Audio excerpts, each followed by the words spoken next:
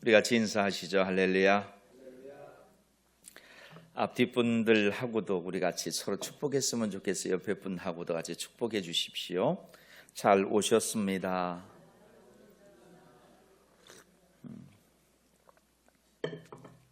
대림절, 강림절이라고도 하죠. 다시 오실 예수님을 기다리는 은혜의 절기입니다. 예수님의 다시 오심을 기다리기에 오늘 우리는 두려움보다는 소망으로 이 절기를 하나하나 채워 나가야 될 줄 믿습니다. 하나님께서 주신 구원의 완성이 가까이 왔음을 바라보는 그런 기쁨이 있는 절기를 부탁합니다. 그러니까 대림절은 단순한 어떤 절기의 기다림이 아니라 하나님이 지금도 우리와 함께 하신다라고 하는 그 임마누엘의 사실을 새롭게 기억하며 우리 마음을 정결하게 하는 시간입니다. 대림절 첫 주일입니다. 이 시간 잠시 걸음을 멈추고 우리가 걸어온 그 신앙의 길을 다시 살펴보는 아침이기를 축복합니다. 하나님이 이미 예수님을 통해 우리에게 생각할 수 없는 정말 큰 은혜를 주셨어요. 저와 여러분은 은혜를 사모하기에 앞서 받은 은혜에 감사하는 신앙이기를 부탁드리겠습니다. 오늘 본문 5절에서 바울 사도는 뭐라고 말합니까? 이는 너희가 그리스도 안에서 그 안에서 모든 일 곧 모든 언변과 모든 지식의 풍족함으로 이렇게 말하시고 있어요. 이미 우리가 풍족한 은혜, 넘치는 은혜를 받았다는 것이에요. 은혜를 받은 우리, 결국 하나님이 넘치는 은혜, 충만한 은혜를 부어주셨다는 것이죠. 2000년 전으로 돌아가면 당시 고린도 교회가 다양한 방식으로 하나님의 부어주신 은혜를 풍족하게 받았어요. 그리고 그들은 그 부어준 은혜를 경험하고 있습니다. 그래서 그리스도 안에서 모든 일에 풍족해졌다라고 하는 이 말은 당시 고린도 교회 성도들을 향하여 이미 너희는 하나님의 은혜를 풍족하게 받은 자들이니 그 은혜 위에 흔들리지 말고 견고하게 서는 믿음이 되라 권면하고 있는 것이죠. 이와 다르지 않은 삶을 오늘 그리스도인된 우리가 살아가고 있습니다. 저와 여러분에게 있어서 대림절은 앞에서도 잠시 말씀드렸듯이 막연한 기다림이 아니에요. 받은 은혜를 다시 붙잡고 우리 믿음을 다시 살펴보는 시간인 거죠. 2025년을 한번 돌아보십시오. 우리가 지금 어떤 마음으로 예수님의 날을 기다리고 있는가라는 질문을 우리에게 던져보는 아침이었으면 좋겠습니다. 우리는 하나님 은혜 가운데 살아갑니다. 바울 사도의 고백처럼 정말 넘치는 은혜 가운데 살아가는 존재들입니다. 그러나 아직은 완성된 구원의 길을 걸어가고 있는 존재이기도 합니다. 그렇기에 저와 여러분의 삶에서 말씀과 기도가 깨어있기를 부탁합니다.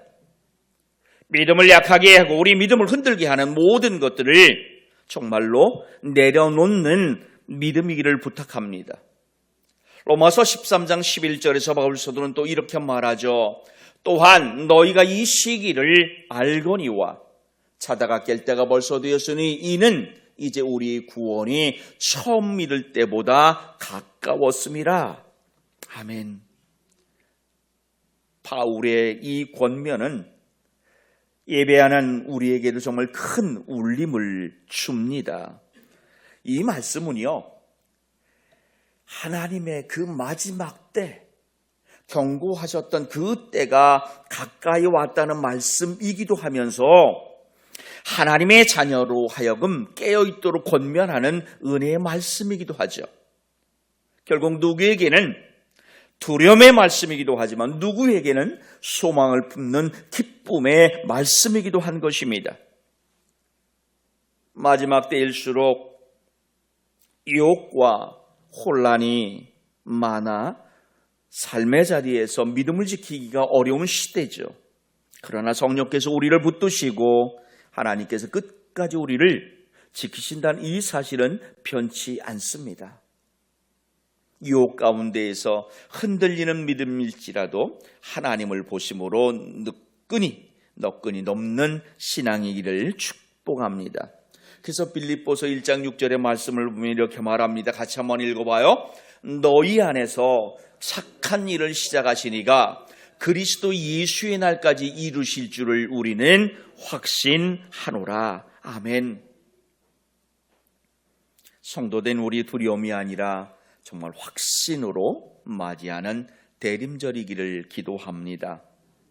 이 대림절, 예수님의 은혜와 평강을 사모하는 여러분이기를 축복합니다. 예수님이 허락하시는 이 은혜와 평강은 우리의 행위로 얻어지는 것이 아니에요. 믿음으로 얻게 되는 하나님의 선물입니다.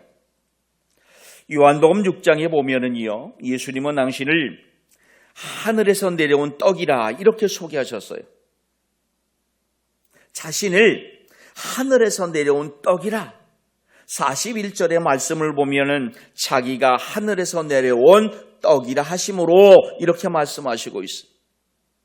또한 50절과 51절의 말씀을 보십시오. 이는 하늘에서 내려오는 떡이니 사람으로 하여금 먹고 죽지 아니하게 하는 것이니라. 나는 하늘에서 내려온 살아있는 떡이니 사람이 이 떡을 먹으면 영생하리라. 내가 줄 떡은 곧 세상에 생명을 위한 내 살이니라 하시니라. 아멘. 이 말씀을 우리가 쉽게 해석하면은요, 진짜 참된 생명은 오직 예수님 안에만 있다는 것이에요. 그 생명을 우리에게 주시기 위하여 당신의 살을 준다고 하는 이 말씀은 십자가 대속의 의미를 지금 말씀하고 계시는 것이, 너희에게 진짜 생명을 주기 위해 내가 죽어야 한다는 말씀인 거예요. 그런데 이 말씀의 의미를 당시 종교 지도자들, 그들이 깨닫지를 못해요. 유대인들 또한 깨닫지 못해요.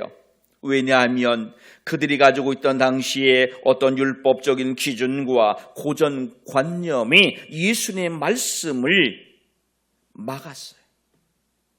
들어도 깨닫지 못하게 되었어요. 결국 은혜를 받아들이지 못합니다. 이어지는 52절에 보니까 그들이 이렇게 말하잖아요. 유대인들이 서로 다투어 이르되 이 사람이 어찌 능히 자기 살을 우리에게 주어 먹게 하겠느냐.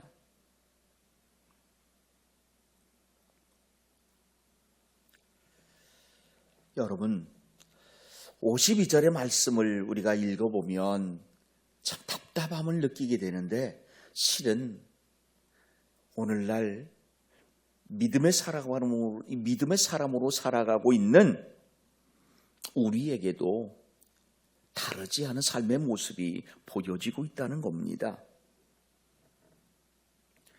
예수님 시대에만 있었던 일이 아니라는 거예요. 예수님 말씀은 영혼을 살리는 말씀이었는데 사람들은 여전히 세상의 논리와 자기의 생각, 심지어 종교적 틀 안에서 예수님을 판단하려고 합니다. 그런데 앞에서 말씀드린 것처럼 은혜와 평강을 얻는 길은 오직 하나예요. 마음을 열어 예수님 말씀을 단순하고 순수하게 받아들이는 거예요. 예수님 은혜와 평강은 값없이 주어집니다. 그러나 아무에게나 주어지는 값싼 은혜 또한 절대 아니죠. 오직 믿음으로 세상과 구별된 삶을 살아가며 그 말씀이 우리의 삶을 거룩하게 변화시킬 때 비로소 누리는 하나님의 축복이에요.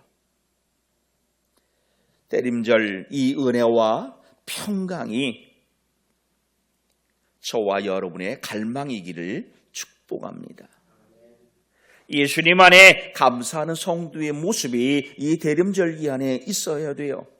바울은 본문 4절에서 이렇게 말씀하고 있습니다.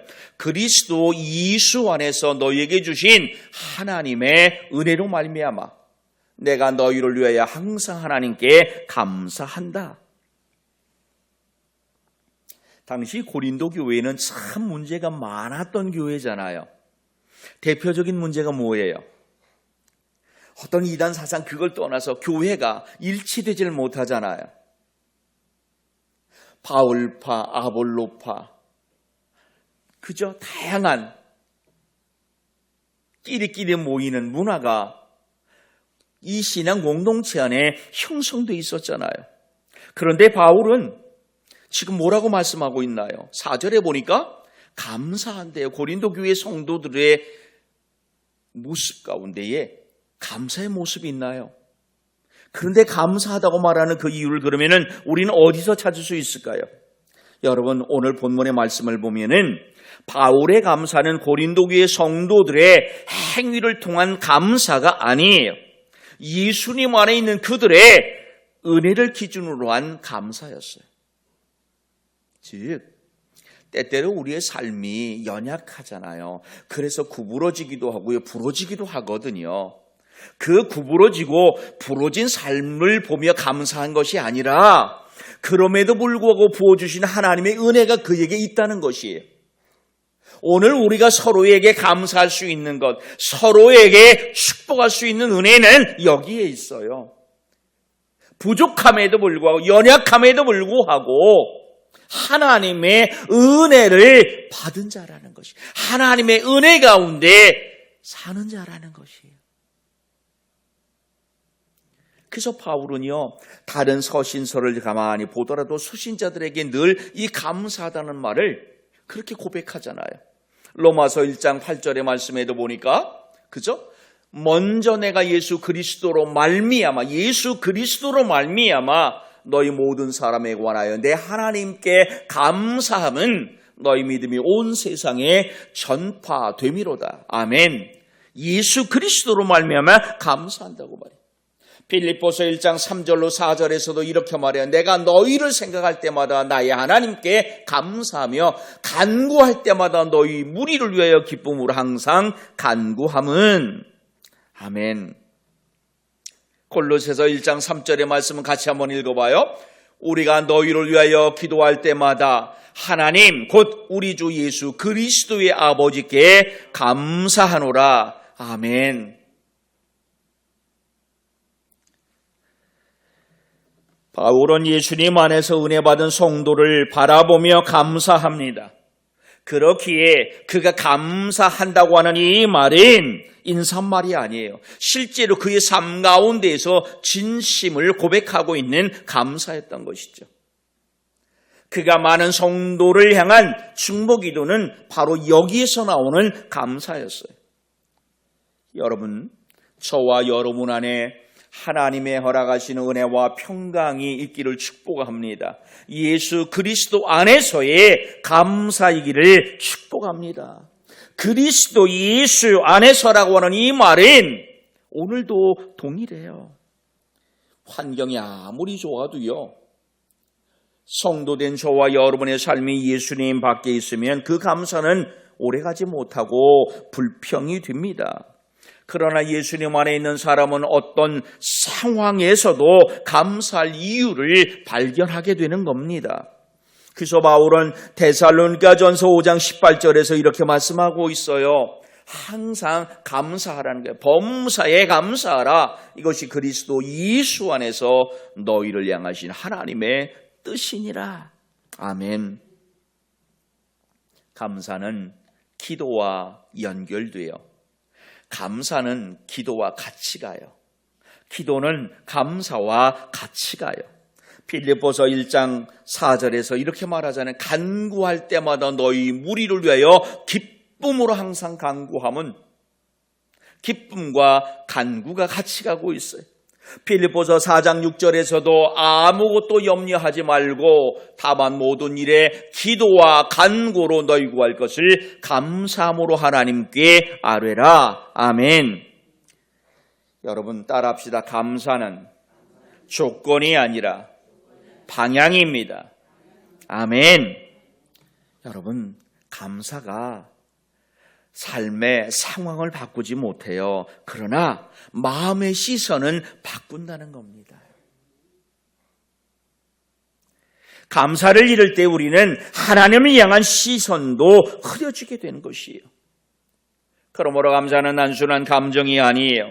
하나님을 신뢰하는 신앙의 표현이에요. 대림절 이 믿음의 감사가 회복되는 은혜의 시간이길 부탁합니다. 세 번째로는 예수님에 대한 증거가 견고하게 세워지는 대림절이기를 부탁합니다. 여러분 예수님에 대한 증거가 견고하게 세워진다는 말이 뭡니까? 오늘 이승자 원사님 기도 중에 이 내용이 나오더라고요. 믿음이 눈에 보이지 않아요. 그러나 반드시 그 믿음은 열매를 통해 드러나게 돼 있어요. 본문 6절과 7절을 보십시오. 그리스도의 증거가 너희 중에 견고하게 되어 너희가 모든 은사의 부족함이 없이 우리 주 예수 그리스도의 나타나심을 기다림이라. 여러분 여기서 말하는 그리스도의 증거라는 것은 바울이 전한 복음, 바로 예수님에 대한 증언을 말해요. 시간적으로는 약 4년 전에 이 고린도 교회에 예수님에 대한 이야기를 전했거든요. 그가 경험한 예수, 믿음의 선배들이 경험한 그 예수님이 전해주신 그 말씀, 가르쳐주신 말씀을 전했거든요. 바로 그리스도의 증거라는 것은 이거예요. 그리고 그 전에 준 말씀이 그들의 삶 가운데에 뿌리 내어졌어요. 그래서 내적 외적인 증거가 그들의 삶을 통해서 드러나게 된 것이에요. 그것을 지금 풍성함으로 나타난 것이라 설명하는 것이에요. 예수 그리스도의 나타나심, 그것은 바로 재림이겠죠. 초대교회 성도들의 기다림 막연한 희망이 아니었어요.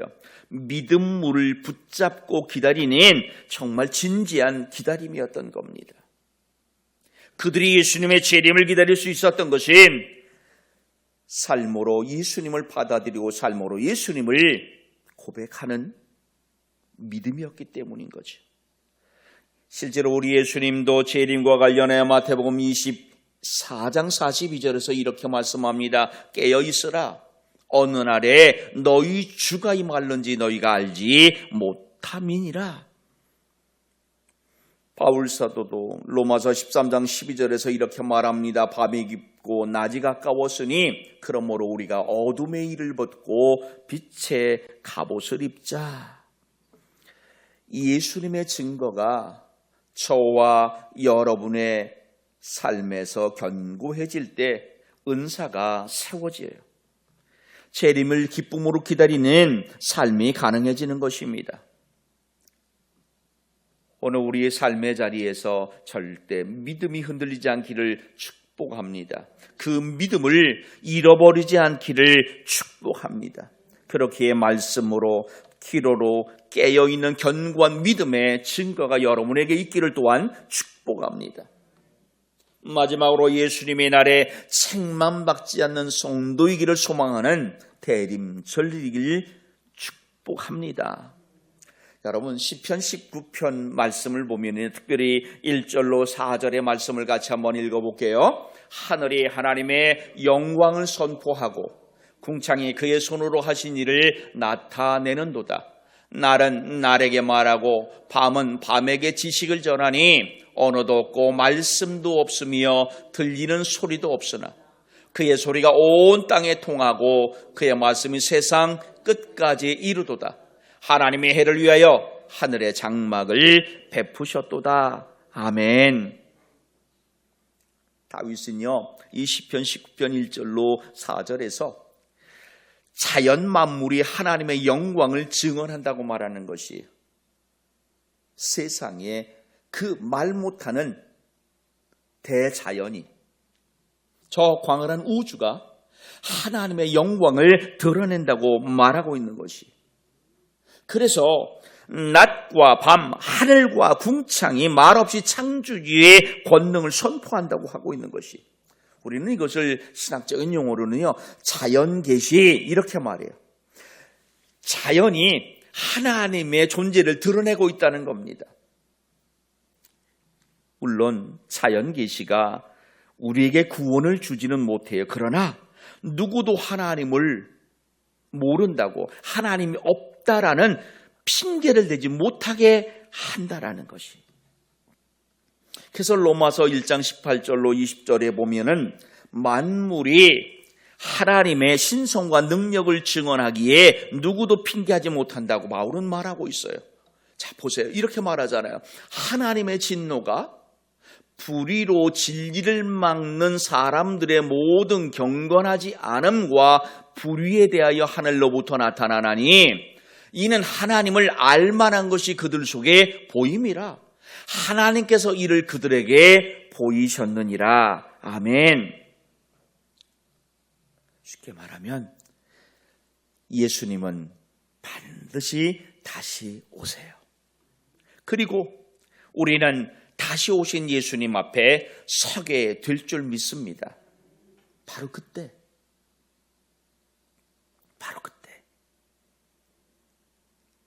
사람들은 예수님을 몰랐다고 핑계댈 수 없는 상황을 맞이하게 될 거라는 것입니다. 그래서 본문 8절을 보면 바울은 마지막으로 또 이렇게 말하고 있잖아요. 자, 한 번만 읽어볼까요? 주께서 너희를 우리 주 예수 그리스도의 날에 책망할 것이 없는 자로 끝까지 견고하게 하시리라. 아멘. 책망할 것이 없는 자. 여러분, 우리 행위가 의롭다는 말이 아닙니다. 하나님께서 우리를 은혜 가운데 의롭게 하신 거예요. 예수님께서 예수님의 피 흘려 죽임당하심으로 우리를 의로운 자로 만드신 것이에요. 그러니까 저 구약 성경에 보면은 의롭다라고 불렸던 사람들이 있잖아요. 노아라든지. 그런데 그 사람들의 의로움, 욥이라든지 이 사람들의 의로움 또한 그들의 행위가 완전했다는 말이 아니에요. 하나님의 은혜가 완전했다는 말이에요. 오늘 저와 여러분이 의로워지는 이유가 여기에 있는 거예요. 그래서 고린도전서 6장 11절에 보면은 분명히 이렇게 말해 너희 중에 이와 같은 자들이 있더니 주 예수 그리스도의 이름과 우리 하나님의 성령 안에서 씻음과 거룩함과 의롭다 하심을 받았느니라. 아멘. 로마서 5장 9절에서도 이렇게 말씀하고 있어요. 우리가 그의 피로 말미암아 의롭다 하심을 받았으니 아멘. 이제 우리가 책망할 것이 없는 자로 살아가게 됐어요.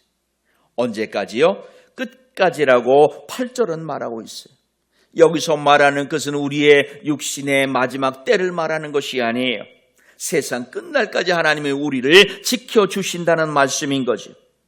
여러분, 다시 말합니다. 저와 여러분의 삶이 완벽해서 구원받는 것이 아니에요. 예수님의 보혈이 우리를 끝까지 붙들어 주시기 때문에 우리가 구원받는 겁니다. 그러나 예수님 마지막 날 양과 염소를 나누듯 믿음 있는 자와 없는 자를 구별하신다고 말씀하시고 있어요. 마태복음 25장 31절로 30절에 33절까지의 말씀을 보면 목자가 32절 두 번째 줄 보세요. 그죠? 목자가 양과 염소를 구분한 것과 같이 양은 그 오른편에 염소는 왼편에 두리라. 아멘.